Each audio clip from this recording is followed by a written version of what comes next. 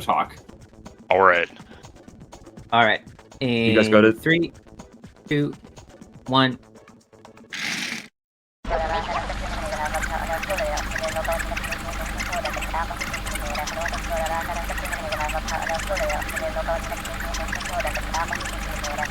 All right.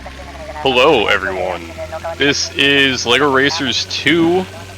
I am Grill, and I'm joined by Nixill. Hello. And this will be a race between Jeynick and George. And so immediately we've already actually missed the time, so we could start the timer right now. We're pretty much where we need to be. And you'll also notice that we met our digger incentive. So for Sandy Bay, we are running this beautiful, beautiful digger here for all of the races on Sandy Bay. That's right. Right now, the game wants our runners to get used to the controls and how to drive. There's keyboard controls, or the game actually has controller support. And now there's a big kerfuffle in town with an unskippable cutscene about Workman Fred bought his new diggers, so he's the fastest racer in Sandy Bay. Yeah, but no one agrees with him. Everyone's fighting. They're all making fun of Workman Fred. So we're teaching some really good morals here. And you know, we're trying to make him feel better by using our own digger as well. Yeah, whoever heard of a digger winning a race? Whoever heard. But so before we get into the races, what we're actually going to do is drive up this steep mountain right here, and we're going to do one mini game. So LEGO Racers has multiple mini games throughout the game, but we're only going to do this first one, which sort of acts like a taxi service. So this little tornado here, we're just going to drive right into it. And Normally you're supposed to drive away from tornadoes, but I guess in this game you want to drive into them. Yes, safety. What is it? And so we're off here. We've got our first passenger, and basically what you need to do is there's the little yellow circles on the map, and you're gonna want to drive towards those when you're ready to pick someone up. And once you pick them up, there's a green circle on the map, and then you want to drive towards the green circle. You do that 3 times, you win the mini game. Someone in chat asked, does language matter for this? I think there are slight differences between languages for the run, since the text appears one character at a time. But I don't think that's actually had an impact on anyone's placement before. Yeah, that's fair. But so the reason that we do this minigame, so this is an any percent run, which essentially means we just need to beat all of the races, starting from a new save file. But the reason we do this minigame at the beginning, so you'll notice in the upper left of each of their screens, there's the little grayed out icons with a 0 next to them. Also, they're both grabbing a golden brick right here, so we'll explain that in just a second. But the grayed out icons are for different power-up levels to your car. So we do this run, so over here on jeynick's screen, you'll see him, he's going to select a power-up, and so that makes our car go a little faster overall. We have a slightly higher top speed.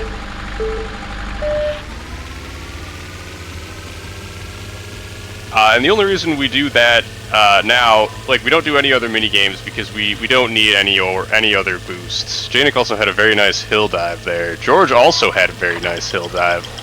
So now we're going over to race Workman Fred, Digger v Digger. Yeah, but we get the speed power first because overall it'll save enough time in the run that it's worth the extra time it takes to get it in the first place. That is true. And you also probably saw each of them grab a golden brick that was just chilling on the side of the mountain. So you'll notice also in the upper left we have a golden brick counter. And every time you win a race, you get a golden brick. And you need a certain number of golden bricks to progress to different worlds in the game. And so we grab that extra golden brick there so that we can go to one of the worlds early, and we'll mention that later on when it comes up in the run. That's right. You do have to finish every race There isn't a strict order once you're done with the first world, but overall, it's faster to go slightly out of the game's official order, if you will. Yeah, just simply because of how you drive across Sandy Bay. So Sandy Bay is basically like our hub overworld. It allows us to go to all of the other worlds from Sandy Bay. So we'll be coming back here after we've finished all our races a few times just to go to the different locations, the different worlds in the game. So the diggers beat the diggers then. So whoever heard of a digger winning a race? We did. It was live here, Legothon 2025. But we're on to our second race now against Mike the Postman. So we'll see what's faster. The age-old question: is it the digger or is it the mail van? We're gonna find out here. I guess it also depends on who's piloting it, because I wouldn't, even though we've just proven the digger wins the race, I wouldn't trust Workman Fred's digger to win against Mike the Postman. That's very true. Clearly we played them in this order for a reason. But one thing you might see on the screen here in the lower left of both of our players is this little disc icon, and that's our power-up, our current power-up. And so we have these little like bubbles around the track that you can get power-ups from. And we hold the disc, so the disc is similar to like a green shell in Mario Kart. You can fire it forward and backward, it ricochets off of objects, and we can use it to block other power-ups, specifically the homing missile rocket that may hit us at certain points during the race. That's the rocket that jeynick just fired. That's basically like a red shell, except it targets a specific player. There are a lot of track obstacles that can interfere with it, though, so I don't expect a player-fired rocket to ever hit any opponent in the run. Yeah, the rockets can get really confused. Like, we may see them sometimes get, like, stuck on parts of the track, and they're just, like, spinning in a circle, or they're not moving at all. And especially for these early Sandy Bay races, there's only one other opponent, and so we're firing at them, and so the rocket has to travel the entire course at least once to hit our target, which it rarely ever does. So often when we don't get the disc power-up, we'll be just cycling through power-ups until we get either the disc or a few others that we'll mention when they come up. While Grill was explaining that, jeynick also used one that looks like a ninja for its icon. That just makes the user invisible. And then, while the user is invisible, you can't actually be targeted by a missile power-up. Whoa! Cool town strats found by our newest world record holder. Jay just showed off there. Yeah, you're able to barely miss going through the houses there. It's pretty tight, and the digger's a little big, although I don't think the front loader actually has hit detection, so it might not actually be that difficult. But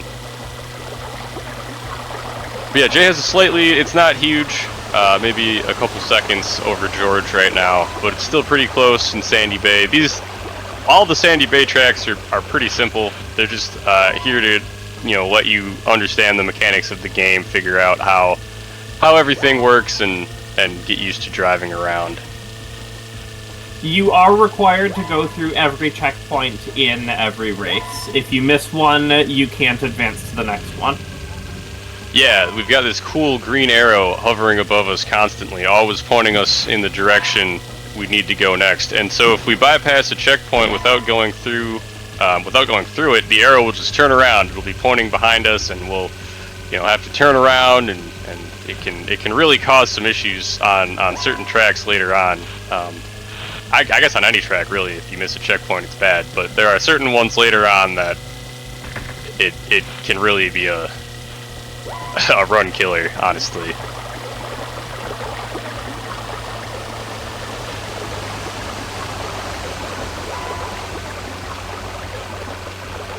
Nixill, what is your favorite Sandy Bay track? My favorite track specifically in Sandy Bay might actually be the one we're on right now, which is called Hot Stuff. The tracks all have names, but you don't actually see them in game. Someone in chat just asked, do those benches just not have hitboxes? That's a funny thing.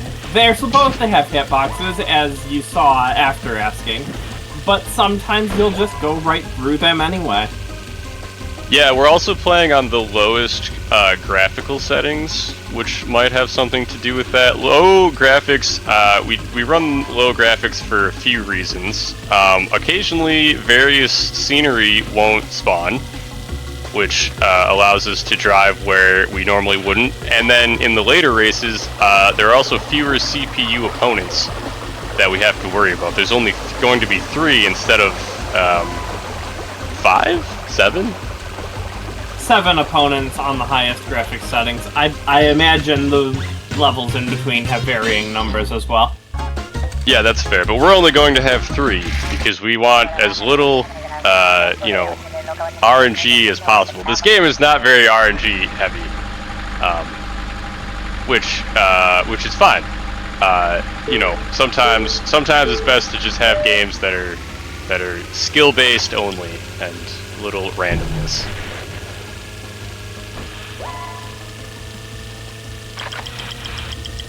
But now, yeah, Jay is on to the 4th race of Sandy Bay. George as well is about to start it up against Police Chief Bobby. This is Bobby's beat. A lot of the Sandy Bay tracks kind of look the same. So this is one of the first overworld racing games. You know, we're like 24 years before Mario Kart World. And so all of the tracks... Pardon my cut-in. Yeah. Jeynick just got one of my favorite power-ups called the Drill. The Drill is just basically a laser. It fires off in a straight line. And... Ooh! That was a bold strat. Yeah. What you just saw was that as you launch the Drill, you can actually ride it. It'll still only go in a straight line, so it's very circumstantial as to when it's useful. But what Jay just used it to do was, normally when you get hit by the missile, you will slow way down and get launched into the air a little bit. Jay just kind of bypassed that by being on the Drill at the time. Yeah, that was interesting. And so what you've also noticed now that Jay has been hit by an item, by a missile, by the Drill, is that he lost bricks. So the way that your health works in this game is how many bricks you have. It's actually not how many bricks you have on your car. That's just a visual. It doesn't really matter how many bricks you have on your car, but after you've been hit a certain amount of times, your car essentially runs out of bricks. And then you just have to run. You are literally a minifig running across the track. So if you lose too many bricks, that's bad. But luckily, around the track, if you notice on the mini-map, there's a little area in yellow near the bottom. That's a pit stop, and driving through that will replenish some of the bricks that you've lost back onto your car. I actually, during one of the practice sessions, I joined our racers in a race, and in race 1, I ended up running myself. It's a lot slower than driving, but I was near the pit stop at that time, so I managed to get my car back. And due to a shortcut in that race, I barely pulled off the win and was able to keep going with the race. Yeah, it's pretty much always a run ender if you end up out of your car and you're not anywhere near a pit stop, you're pretty done. So unfortunately for Jay, but fortunately for George, this track has brought them within 1 or 2 seconds of each other. And this is the end of Sandy Bay, so we are about to head to Dino Island. We've got 5 golden bricks, which is more than enough to go to our first new world. So to get to each world around the Sandy Bay map, there are just various hubs. We drive to those, we talk to Sparky, and he'll ask us if we're ready to go. Each of the LEGO worlds is actually based on a LEGO-themed set of some kind. Sandy Bay is based on town, if I remember correctly, and Dino Island is based on adventure. So if you notice in the loading screen, you'll see a little icon for each world, and most of those it'll match the world we're actually on in name, but for this one it says adventure instead of Dino Island. Yeah, but and so that's probably the actual name. It uses the Adventures Dino Island theme and the Adventures Amazon theme as its various scenery pieces, which is pretty cool. Those were pretty popular at the time of the game's release. Here we are, track 1 of Dino Island. And here's the infamous bridge. Yes. Nixill, you want to talk about the bridge? The community has named it the Wheelbite Bridge because, if you transition between ground and, like, actual Lego pieces, the physics sometimes goes weird with that. And the bridge will just make you spin out randomly sometimes. Yes, and if you're not familiar with the wheel bite, like I was not, that is a skateboarding term where you turn so hard on your skateboard that, I don't know, something bad happens. Jack, and I see you in the chat. Let them know what a wheel bite is. But yes, Dino Island. We're here. We're cruising through this race. So George now has a slight lead. I saw early on, Jay unfortunately ran into the corner of the checkpoint, which I don't exactly know what those are called. I want to say a cone, but it's not really a cone. A bollard, perhaps? Perhaps. That sounds like a word that could be correct. He ran into this one right here and unfortunately lost a few seconds. So just like that, George is in the lead, but we've got quite a bit of racing left, so there's no one's sweating yet. Oh, George is coming up to a tornado, but it luckily disappeared before he got there. So the tornado is not the tornado that is the mini games. You want to drive into that tornado. There is also a power-up that is a tornado or a twister, however you want to call it. And that's really only used by CPUs in lower places. But if you drive near it, you sort of lose all control. You can't really steer. I don't really think you can brake or accelerate for a period of time, and you'll just start to skid out of control. So we try to avoid any tornadoes as much as possible, but sometimes they're in our way. And that's one of 2 power-ups that you can't actually get if you're in first place. There's also the ultimate power-up, represented by an icon of flying bricks. Only human players can get that power-up, and only when they're not in first place. So we're likely not to see it at all in the run, but it causes an earthquake along the whole track that makes every other racer, even airborne racers, lose half of their max health. Yeah, it's pretty overpowered, and I get it. Like if you're a new player or just playing the game casually and you're having a tough time and you're not always in first, it's good to set the CPUs back a little bit, put them in their place, and give yourself a little bit of an advantage. Due to how exactly the game determines what place everyone's in, there was actually one spot in the run where I'd have one chance of actually getting it, even if I was doing okay, before I realized you're supposed to actually skip that part of the run. I'll try to remember to say that when we get to it. It's in the final world. Fair enough.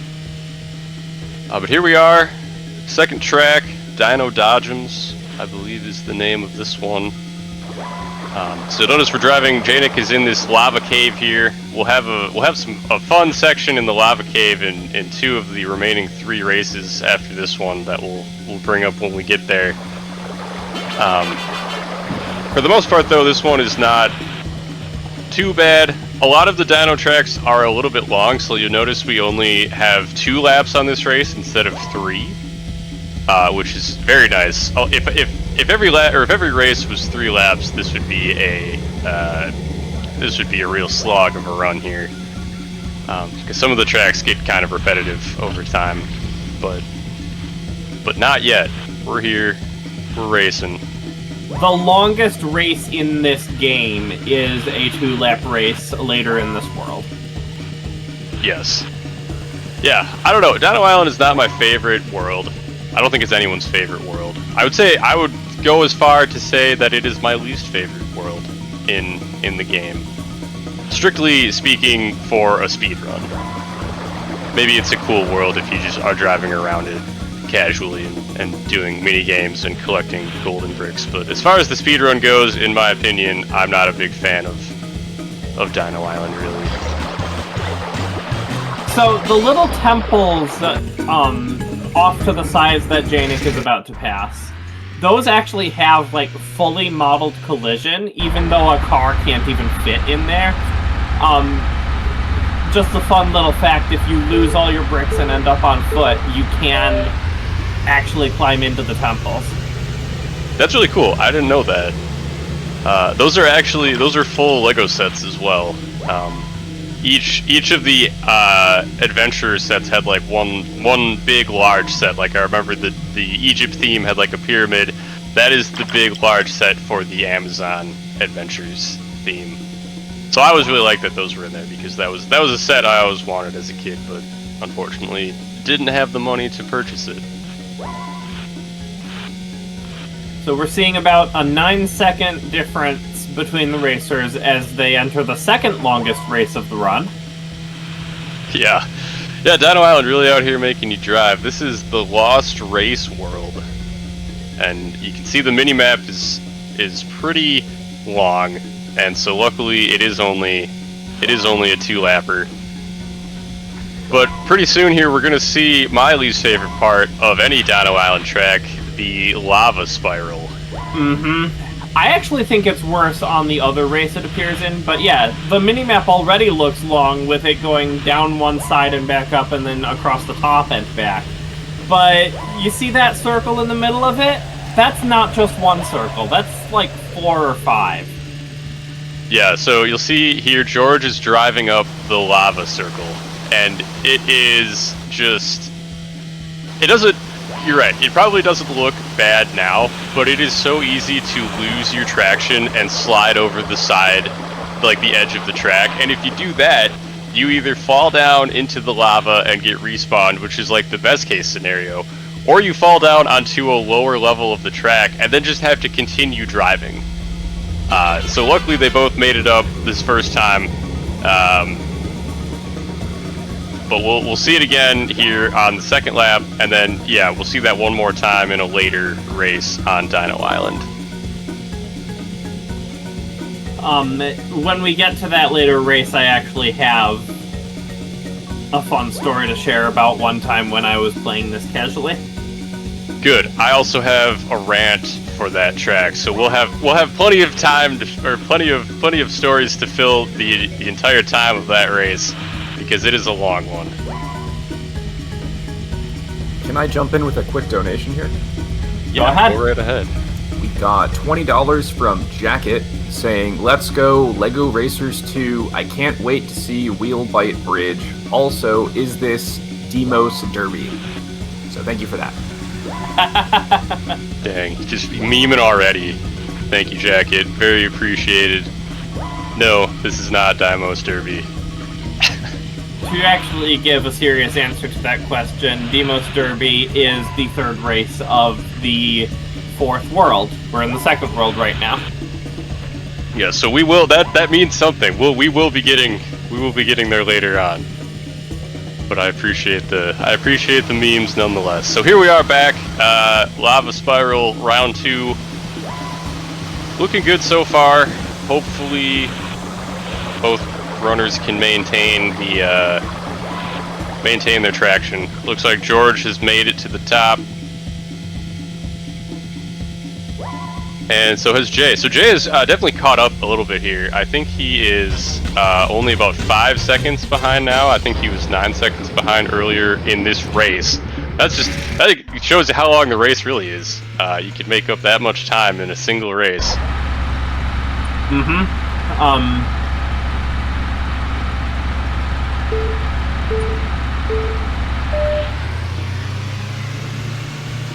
And there's George, and then about 3-4 seconds later, there's Jay. So yep, Jay finished that race 6 seconds faster. The timers at the top right of each screen actually make it very easy to tell how far apart the racers are. Yes, that definitely helps. So one thing I guess we failed to mention on Sandy Bay, and that you may notice now, is at the start, each racer is doing sort of a wheelie, and that is a start boost. So the red lights that count you down, there's like 3 red lights and then a green light. If you start holding accelerate on the last red light, you will have a start boost when the light turns green. It's nothing crazy, but it's something that the CPUs can't get, or don't get, I guess. And it gives us a little bit of an early advantage to start the race. That hit that jeynick just took looked a lot worse than it actually is, because it was a really big brick that fell off. Each brick actually counts equally towards health. Including the car base itself, there are up to 20 bricks you can put on a car. You have to have at least one, so on the most fully built car, there's 20 health indicators. On the least fully built car, there's 2. But you have the same actual amount of health regardless. I think that was already said. So, like, it takes 10 times as long for a 2-brick car to look damaged as it does for a 20-brick car. Yeah, again, the bricks are all visual. Your health is being monitored by the game underneath the hood. And I would just like to say, Jay has about a half-second lead right now. So he's brought it back hard in these last 2 races. We've got an equal race going into lap 2 here of the 4th Dino Island track. Cretaceous Canyon. Great name. Luckily, we don't have to deal with the lava spiral on this track, but it is, I agree, nixill, much worse on the final track of Dino Island, simply because you are going down instead of going up. So technically, you're speeding up as you go down it, and that can cause a lot of issues. Yeah, and early falls are even worse too. That's true. Yeah, if you fall off early from like a high point to a low point and you don't land in the lava, I suppose you could then just drive into the lava to get respawned. That's generally what I try to do. Yeah. So, but either way, you're losing a lot of time, and it's bad. And you want it to not be. You want to not do that. You don't want to lose time in a speed run. That's bad. Wow, we are very even here. I think George now has a slight lead, maybe another half second, but this is pretty tight. Looks more like 1.5 seconds. The water does not actually have any physics, by the way. Ooh, there's a twister on the left on George's screen. Had to take a slightly longer route to avoid it. Dodged it though. But yes, you're right. The water does not have any detection. It's not slowing you down or speeding you up in any way. It's just visual. Unfortunately. Yeah, it would be cool if there was some other, mechanic. Yeah, advantage to going outside the water, coming up, and inside the water on the next race. It looks like there's about 1.5 seconds between them again. Yeah, it's very close though. Going into the boss of Dino Island, Sam Sanister. So let me, if you will, rant briefly. So, can I ask you to hold that rant until after the spiral? Why, yes, that's actually a great idea. We will spiral, and then I will spiral personally into a deep rant, and then and then you have a story as well, I believe. Right, to be told in the spiral. Okay, go for it. There was one time I was doing this race. I was in second place, so I actually got the tornado power up. I used it right there at the top of the spiral, and it actually knocked Sam Sanister down exactly one level. And the AI of the game did not clock that they missed a checkpoint. They just clocked where they were on the track, and he just kept driving, and I ended up a lap ahead of him. I never actually passed him, but because he had missed one checkpoint, he was a lap behind. That's pretty good. That's a really good way to beat the boss. As someone who was playing this, I did a couple runs myself this week. I lost to Sam twice in one run, and it feels really bad. Because again, like we mentioned before, this is the longest race. This is like a 5-minute race. If you come in under 5 minutes, that's very good. It can be, yeah, it's long, it's rough. You want to be ahead. The other thing that Sam does, all the bosses have some sort of gimmick, and so Sam will drop like oil slicks behind his car periodically when he's driving. But luckily, we're usually always ahead. Jay really is ahead. I don't know what happened to Sam on his screen. He is. I guess George also has a sizable lead over Sam. But if you're ever behind him, you need to be aware and avoid the oil slicks. But what I was going to say before, so this guy's name is Sam Sanister, right? And for the astute viewers out there who either have played LEGO Racers 1 or were just a fan of the adventurers themes in the late 90s and early 2000s, know that his real name... Or just watch the next run coming up. Or just watch the next one, yes, or just watch the next one coming up. You'll know exactly what I'm talking about. His name is 100% Baron von Baron. Not Sam Sanister, with an A. Not to be confused with Sam Sinister, who is a character also in LEGO Racers 1, who was renamed to Sly Boots, both in this game and in Football Mania, or Soccer Mania, if you're a Western Hemisphere guy like me. I just don't know why they did that. It makes me very upset, and it really shouldn't. I shouldn't be this mad, but I am. And so I just needed to get all of that out there, so that everyone knows I care way too much about this boss. But we're back in the lava spiral, going down. I think everything is gonna be fine for both of our runners here. Jay has made it out. George has basically made it to the bottom. Sam is nowhere to be found. So we are looking on pretty Jay's good. screen is just entering the lava spiral. Yeah, so we're looking really good here. Like something horribly bad would happen. Like we need a game crash really to lose this race, I'd say, which I don't think happens very often. I don't think I've ever crashed this game. A game crash would absolutely be a run killer because the game doesn't because you don't save automatically. So there's no. That's right. All progress would be lost. That would be really bad. Even losing a race is bad because you actually do have to win every single race in order to complete the game. So losing any race means you lose however long that race took. That's very true. That happened to jeynick in one of the practice races. Oh yes, that happened to me when I was doing some runs this week, and it feels bad. That would just be you would end your run there and start a new one. And like I said, it somehow did not happen to me in the practice race when I got blown up out of my car. Sometimes the LEGO gods shine on you, and all is well. But we are... Jay is almost done here. We're getting very close to the finish line. George is a little bit more behind, but still in a good spot to finish this race off here.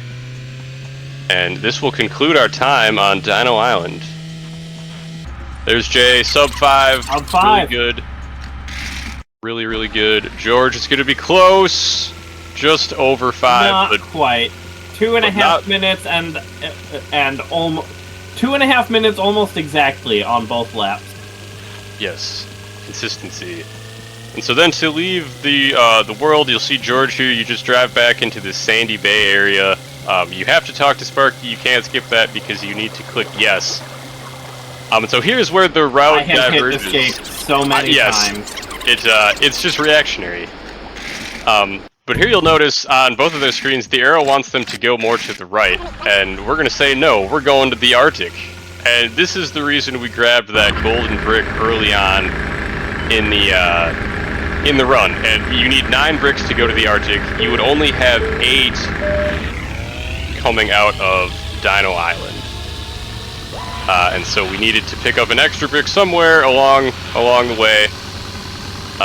So we could go to Arctic early, and again, there's not really a reason other than it's closer to drive to the Arctic than to drive to Mars, and then to the Arctic, and then back to the final world.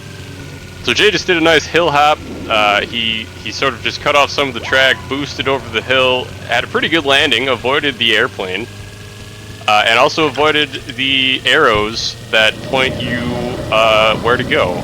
So that's you may have not noticed trivial. George did not do that, and the position indicator briefly showed that George was not in first place. The best race to see the position indicator, Jank, is one of I think the final race on Xalax, but there are other places where you can see it as well. Yeah, the game kind of doesn't do a great job at, yeah. Basically, at the start of the track, everyone has the same number of checkpoints completed, and so if there's like I don't know, it just depends. Like there's a curve at the start, so it thinks that you're behind when you're not. And yeah, it's just whoever has completed the most checkpoints, but the tie in that is broken by whoever is physically closest as the crow flies to the center of the next checkpoint. Fair enough, there you go. So Jay successfully dodged the side of the ship again. George here going right through there. That's skinny. That's not easy to get through. It's very easy to clip either side of the arrow signs, and then that will either launch you into the water, which will respawn you, or you'll get stuck on the other side of the barriers going up the hill, which is also bad. Both runners 2 for 2. This is only a 2-lap track. It's over pretty quickly. I feel like this one could be 3 laps, but I'm not going to complain. This game is long enough as it is. And if you watch Jay just did this, but if you watch George's screen, I think you're about to see a cool shortcut. This is the race that I ended up without my car on in practice, and that's the shortcut that saved my run. Yeah, you kind of just drive through the little village there, and you can go through the finish line backwards, because it doesn't matter what direction you go through a checkpoint, you just have to go through it.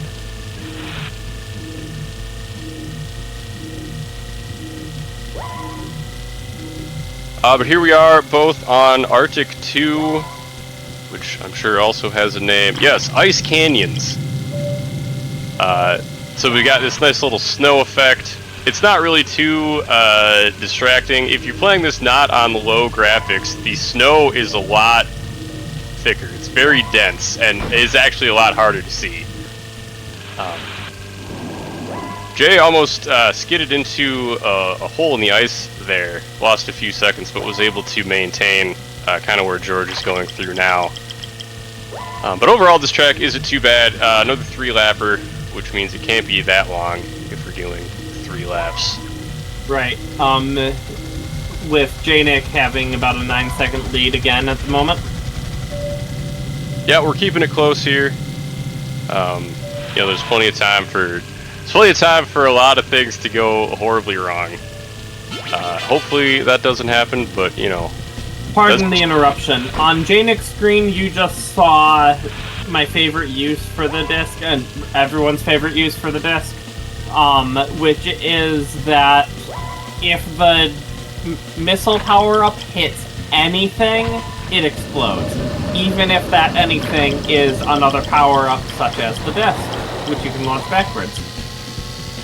Yeah, so that's why we want to hold on to the disc. We can fire it backwards into an incoming rocket, and that will prevent it from hitting us, which is always good. George is getting a little closer here. We're getting close.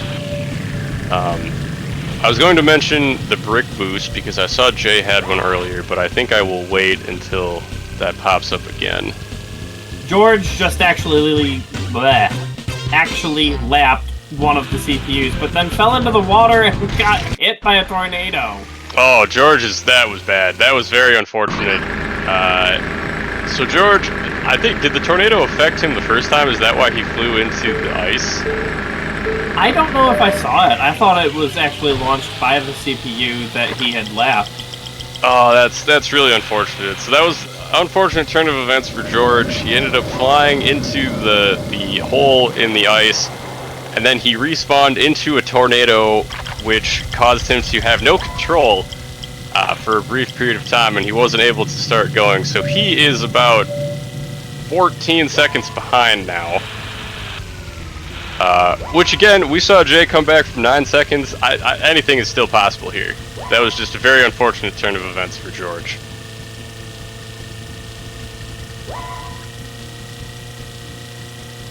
This is Arctic 3, slip sliding. So we sort of have our own spiral here, but this ice spiral that jeynick is on right now is not too bad. You still can slide off the side, and unlike the Dino Island, there's no lava to fall into. But you can kind of just take it a little bit easy going up the spiral. There's this little maze part here. It's not really a maze, but there are just a lot of different directions that you can traverse through that area. As long as you don't take the outer routes, you're probably fine just going through any of the inner routes. There is a fastest route. I don't know if I could tell you what it is because I don't think I know what it is. I just assume that there is a fastest route.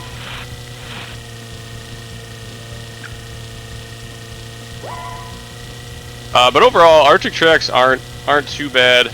I like them. They're pretty chill. They're not as repetitive as like Dino Island and Sandy Bay are, personally. But I think that, I don't know. I think everyone likes Mars the best, but I think Arctic needs some love as well. Arctic is my favorite world, actually. Mostly for casual play, though. That's fair.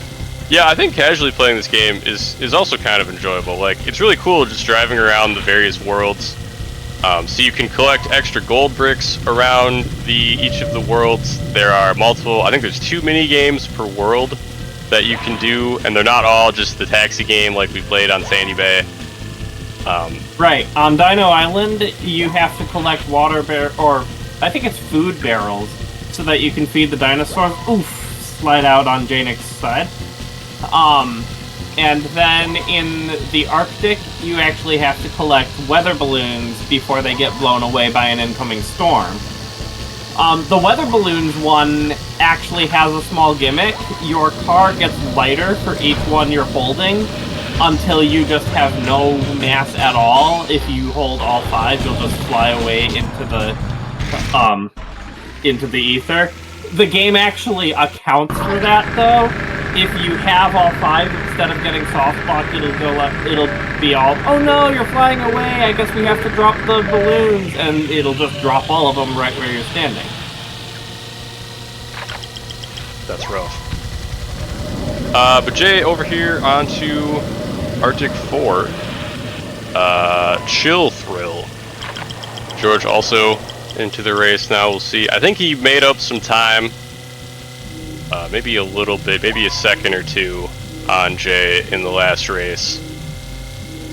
So we'll see how this shakes out. But this is the final Arctic track before the Arctic boss. Coming up on Jay's screen is a pile of 10 boxes. Those boxes do not have physics until they are actually touched. If you drive through the pile of boxes but you don't hit all of them, they don't hit each other either, so the top one can just stay floating there. When I'm running this game, I love to try to do that, even though it's probably slightly slower. And I try to get what I call the box glitch. Yikes! That was a bad wheel bite on George's side. Dang, George just getting hit with all the unluckiness here in the Arctic. It was looking good, but sometimes, yeah, sometimes the ground will just eat your wheel, and then you're having a bad time. But again, this snow isn't really too distracting. It's not as dense as it could be if you had the graphics set higher. Jay dodging a... Oh, alright, so over on Jay's screen, up in the upper left, he's got like those different yellow, orange colored bricks. When you lose bricks not due to a power-up, so like you go off a ramp weird and you land and you lose some bricks, you get what's called a brick boost. And that can build up, so you can build up those 5 bricks of brick boost. And right, so Jay actually had the box. Successful on George's side, not George's, jeynick's side. I saw that. There was just a floating box. That was pretty cool. But so when you have the brick boost, that is sort of like an increase to your top speed. So Jay just used it there when he flew off the bridge there. Kind of spun out a little bit, but it worked out. And so that's basically just a temporary increase to your top speed. We try, like, we don't use it often because we don't have it often. It's really just when you lose some bricks. But over on Jay's side, we're on to Berg, the Arctic boss. And it's very low poly Berg because we're playing on the lowest graphical settings, so he doesn't really have like his ice layer skin on there. Berg actually cheats. You see him going when the countdown's still at 1.5, or was it 2.5? Yeah, Berg is running early, but we easily bypass him early. You'll see George here, he's going to go through this checkpoint and then just turn. There's a little shortcut here because the next checkpoint isn't until right there. So you don't actually have to go where the track wants you to go. You just cut through there and then you are ahead of Berg, which is good because he drops little stalagmites of ice on the ground. And if you hit that, it's kind of just like a hazard, you know. It's bad. So getting ahead of him is always the best. And if you've ever played LEGO Rock Raiders, or if you ever have had any of the LEGO Rock Raiders sets, Berg is essentially just an ice monster. From those games, those sets. Overall, not a bad race. Another 2-lapper. But again, it's really not that long of a race. Did you mention that the Berg cannot deal with power-ups at all? Yeah, I didn't, but you're right. So, contrary to Sam in Dino Island, which is just a regular character driving a car who can pick up power-ups, Berg cannot. So, both, he can't pick them up, but he also cannot be affected by them. Any racer that does not have a car cannot pick up or be affected by power-ups. Also, we're about to see jeynick here use new strats, again, found by our most recent record holder this year. Yeah, so he's going around the ice lake instead of through it. Yeah, so that's just like a shorter route overall, but also you are avoiding a lot of hazards in the ice that you could fall into. So George is not opting for that. He's going the normal route, which isn't horrible. It's slightly more dangerous and just a little bit longer. But over on Jay's side, we're used to, so. Right? Yeah. Yes. Our Jay's record headed back holders in chat and saying that they don't think it was them that actually found it. Well, hey, you gotta be honest, so I appreciate that. Either way, it is a little bit faster, but overall, not too crazy to not take that route. But now we actually are headed to Mars. We're following the arrow, like we should. And we're headed into space. The Mars sets are really cool. I was a big fan of the Life on Mars sets when they were coming out. I thought that they were really neat. I like the Arctic sets too. I didn't mention those at all while we were in the Arctic, but Arctic was nice as well. But I think Mars overall, of the available sets in this game, I would choose Mars over I think anything else. Gotta be careful on that race to not hit the tornado there.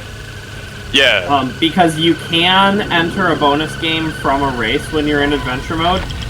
Yikes. Jay, that was a horrible respawn as well. That was a really bad wheel bite on Jay's side, and he didn't even have wheels to bite. No, there's no wheels, but he's still getting bit. That was unfortunate. I mean, that's good for George. Give him a little bit of a, closer race here. Jay is spinning out, riding the walls, going all over the place. So the road in this game, someone asked yesterday when we were doing some practice runs if there is ice physics in the Arctic, and jeynick replied, "There's ice physics in this game." Everywhere. Everywhere. The road is very, very slippery, just all the time, everywhere in the game. That's just how it works. So you have to be prepared to like brake, slow down if you need to, because if you start skidding out of control, you're gonna have a bad time. But yes, so this is not Deimos Derby. I know that was brought up before. This is the Phobos Anomaly. First track of Mars. Nothing too wild. There's really just the part that Jay is in right now. There are two directions that you can go. You have like a fork in the road. On this one, you want to go left because it's slightly shorter route. But you enter this area in other tracks where you come from the other direction, and you want to go right. So you just have to like be aware of what track you're on. You can reference the mini map if you need to know what direction to go when you get to it. But overall, this is a pretty calm first track. Where George is right now, there are multiple routes to take. But if you just go straight through it, like he just did, that's the optimal route. Nothing too wild about it. Yeah, right on Jay's screen, there's that tornado that Nixill mentioned. If you enter the minigame in a race, you're pretty cooked. You lose the progress you had on that race. Yes. And you have to exit the minigame and go back. Yeah, it's really bad. We'll see that area again because we do that jump at least one other time. Yeah, in the final race of the world.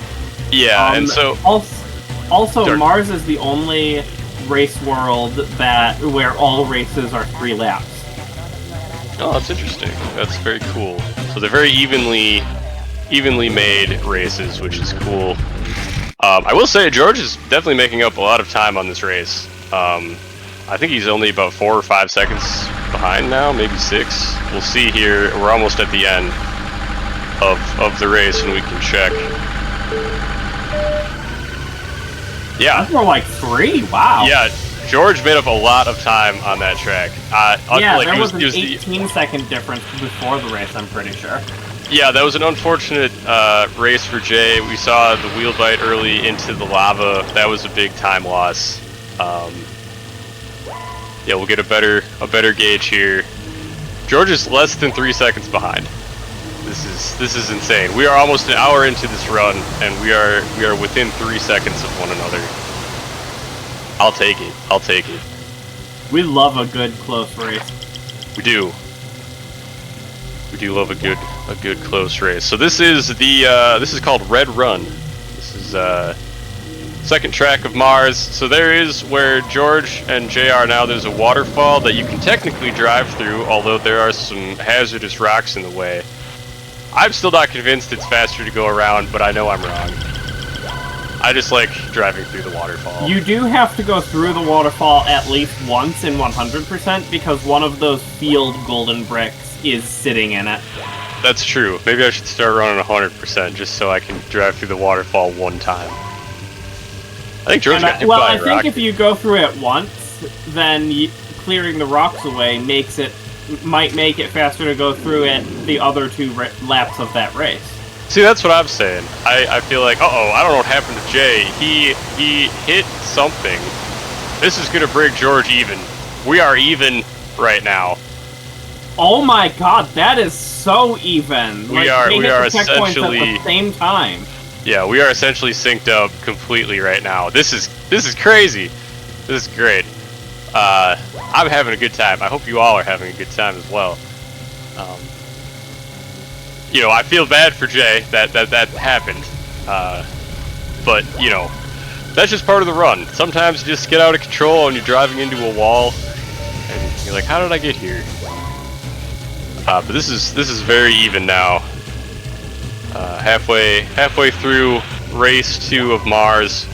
We have one world left after this.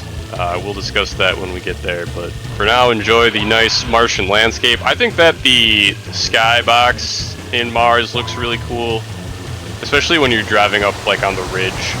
It really does. It looks really nice. Yeah, driving up on the... Oh, there's a missile that's just stuck in place. Yep. It really struggles with that fork part right there. It doesn't know where to go, and I've seen it stuck like on that arrow there before. It's pretty good. But yeah, I feel like the sky looks like a watercolor painting. It looks like that in most of the game because that's just how it looks. But Mars, like the color palette, like that looks really nice. That's a nice shot right there. That looks really good. Yeah. All right. George is in the lead. Slightly, very slight lead for George right now. This is getting crazy. Their best laps, as you can see on the top, are a 1/10 of a second apart. That is crazy. We're almost done with this race here, right around here.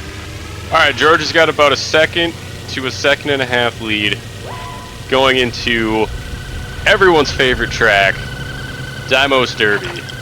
This is, in fact, Deimos Derby. Ah, wow. This is crazy. This is great. I'm having a great time.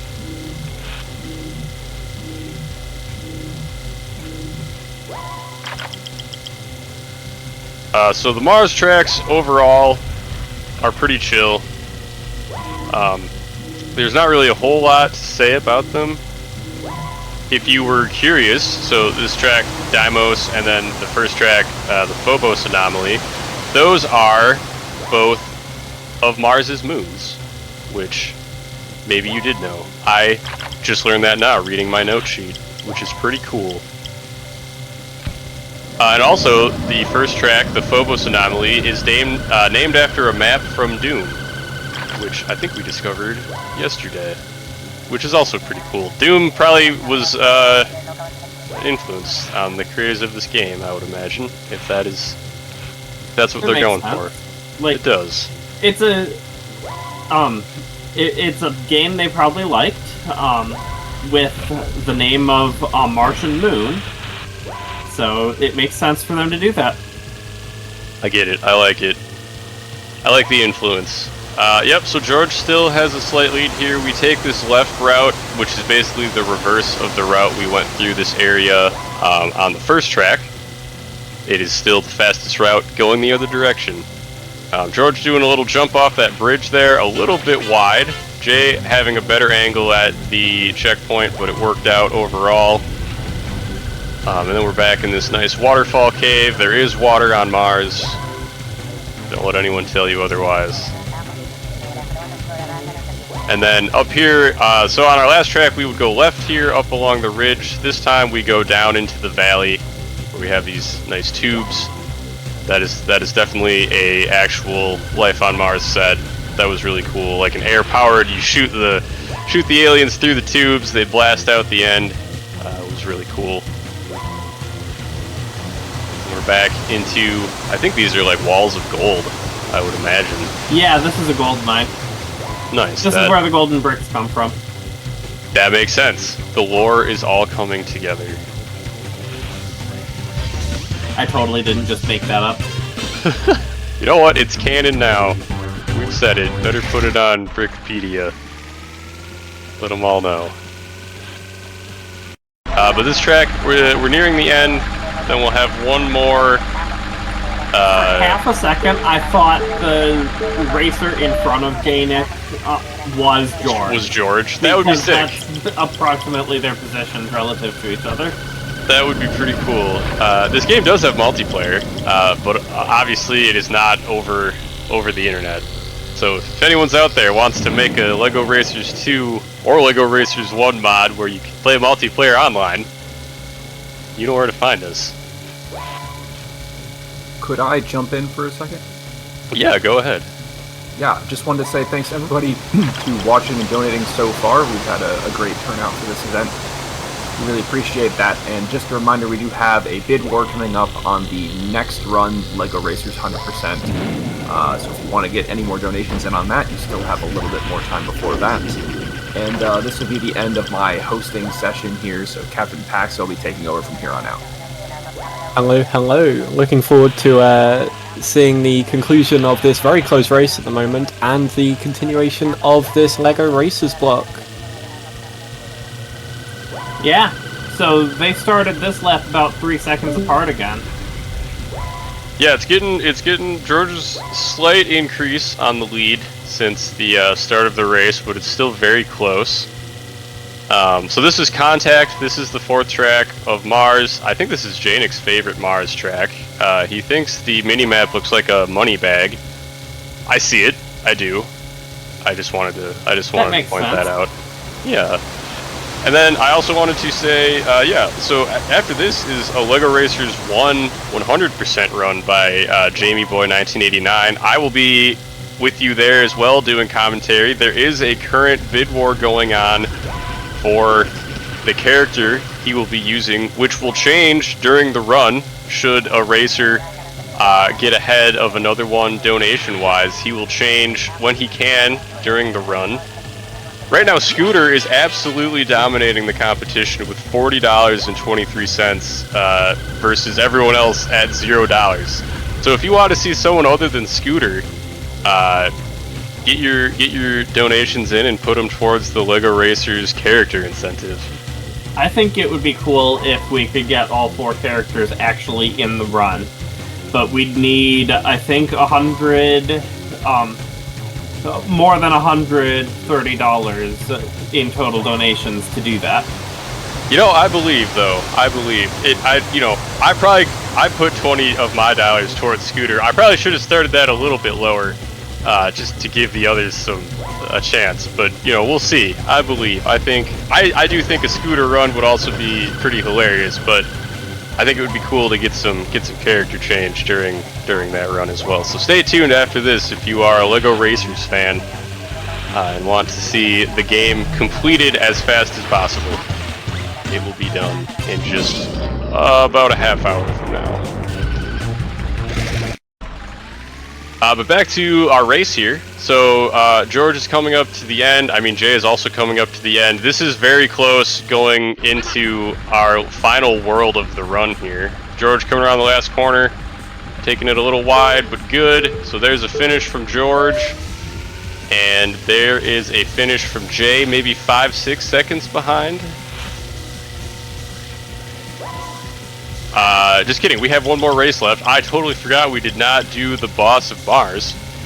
Regal, in his large, I forget what this set is called, the walker. Let me see if I can figure out what he's driving in here. So right now, you see Jay and George were both sort of being kicked by Regal in his large robot costume here, and that speeds you up going up the hill at the very first part of the run.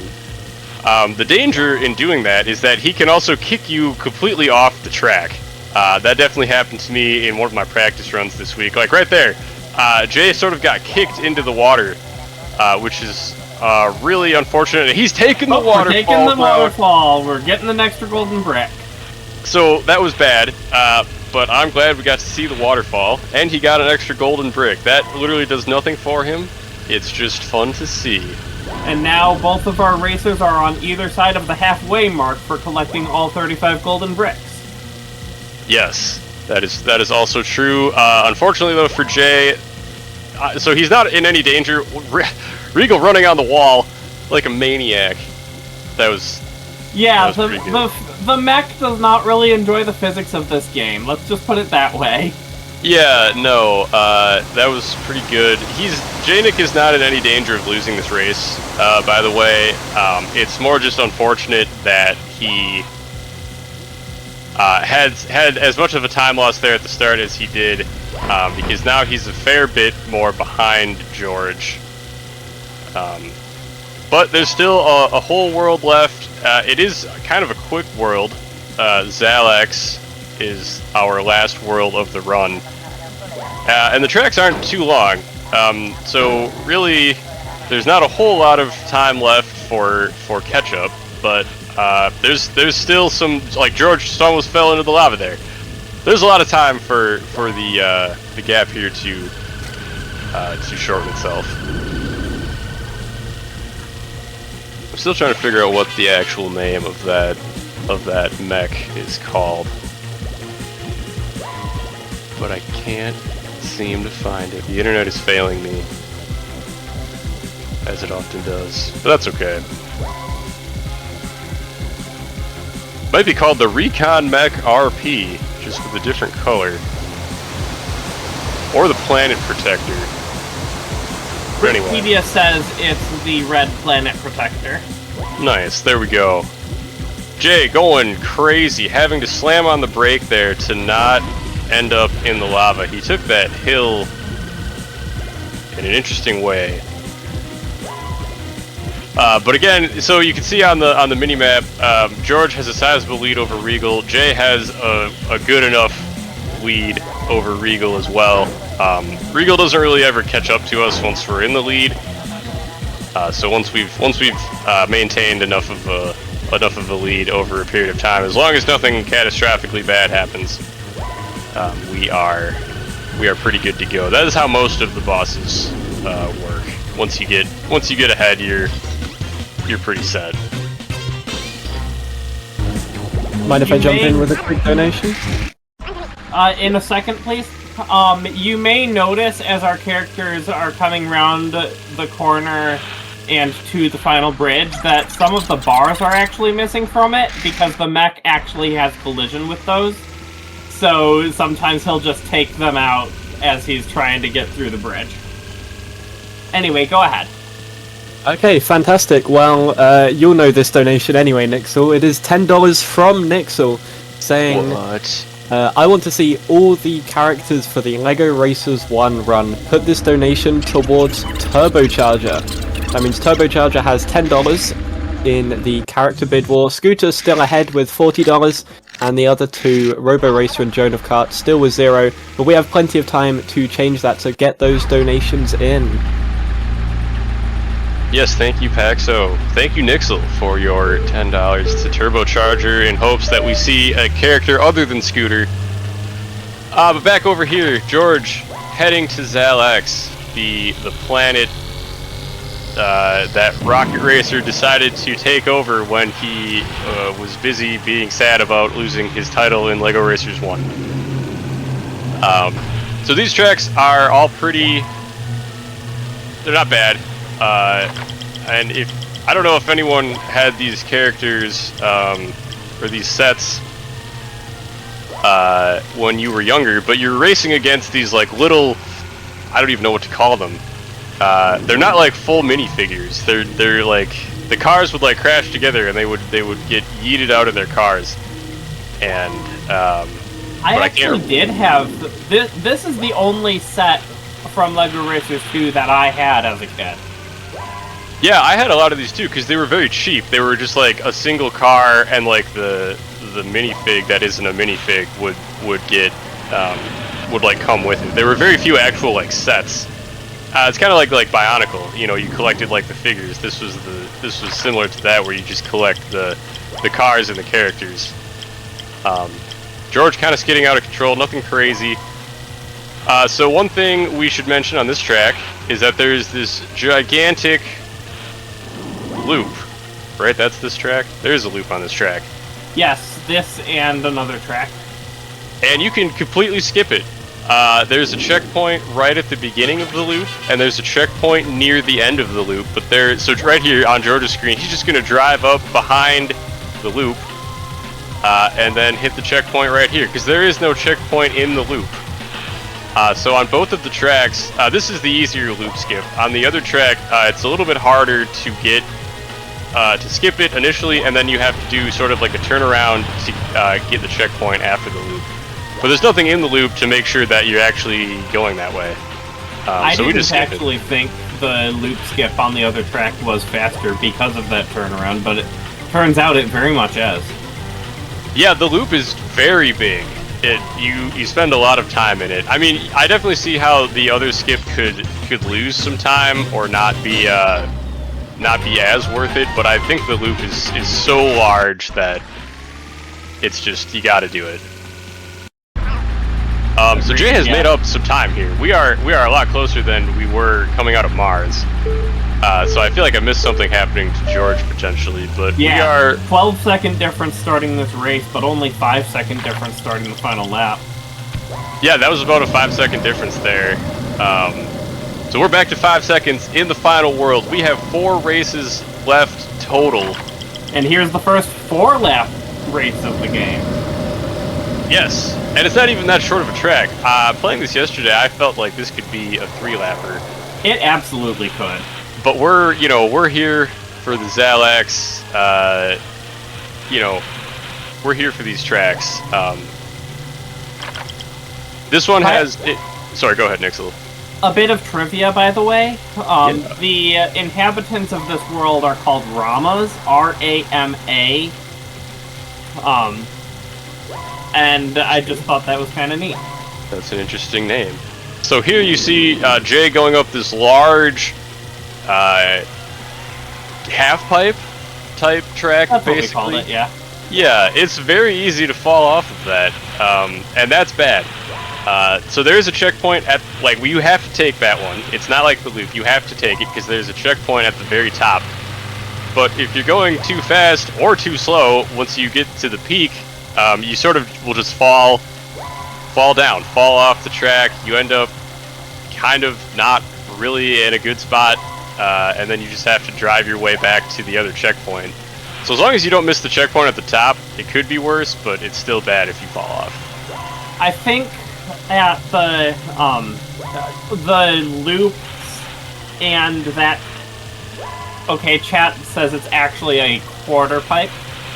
Alright, you guys, just calm down with the, calm down with all that. I think the loops and the quarter pipe actually have their own gravity, so if you come to a complete stop, you won't just fall off. But if you lose traction, like if you bump the edges of the quarter pipe track, then you'll fall off. Or if you get hit by a power-up or something. Yeah, that makes sense. That makes sense. See, LEGO Racers 2 was really ahead of its time. It was out here doing anti-gravity well before Mario Kart 8. We're just really, paving the way for all of the future racing games here. But yeah, so we're both on lap 4. I think it's still roughly a 3 to 5 second lead for George. Looks like it from the lap timers. Yeah, nothing too crazy. So as long as nothing bad happens to either of our runners here last time up the quarter pipe. Thank you. I get what you're saying, because it is only one side. It's not. Yeah, it's not one quarter of a circle. Yeah, I get it. And I don't think we saw any fall-offs from the quarter pipe. No, that was good. That was good. So we're moving on into the third Xalax track, which is Wheeled Warriors. And we'll have our other loop skip here. Yep. So, I mentioned earlier about the ultimate power-up and how placement jank dictates that you just saw George and jeynick's in 4th right now. And, because of placement jank, with the power-ups at the very top of the loop, if you're in the lead when you're on the loop, you'll be in last place, quote-unquote, according to what the game sees.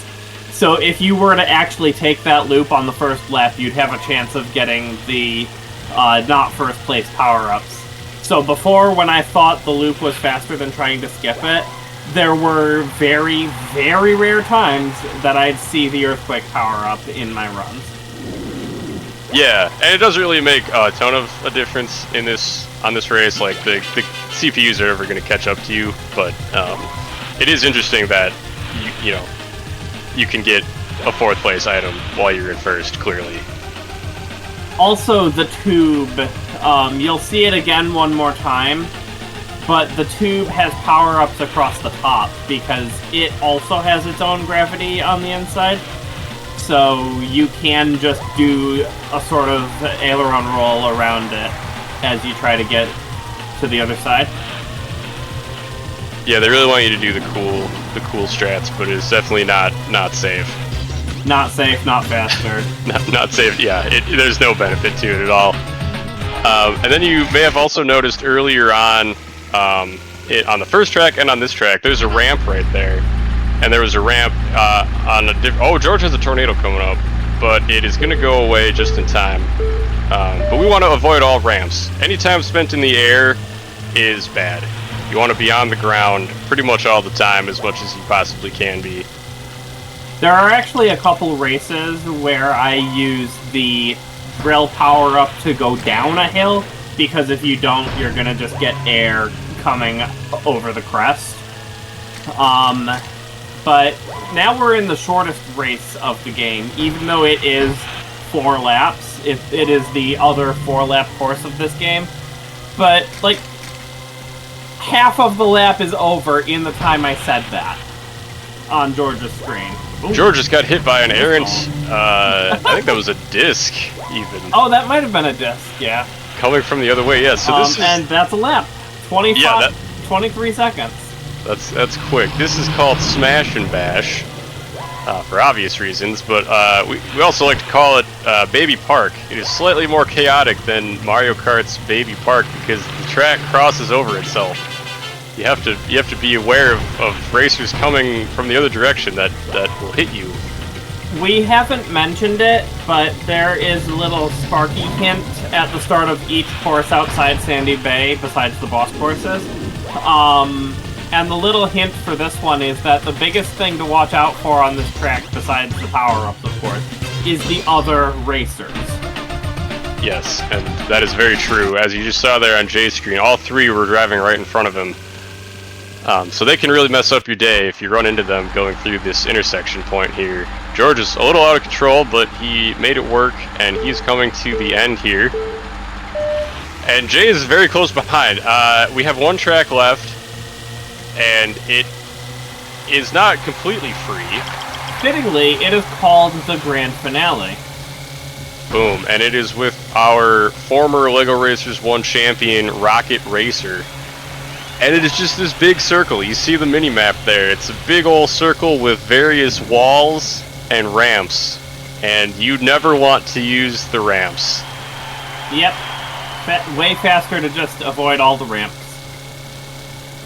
So, pending any, like, horribleness on George's side, I guess I'm not going to say anything. This is the last race. Time will be at the end of this race for both of our runners. As the racer crosses the finish line on lap 3, assuming they are in the lead.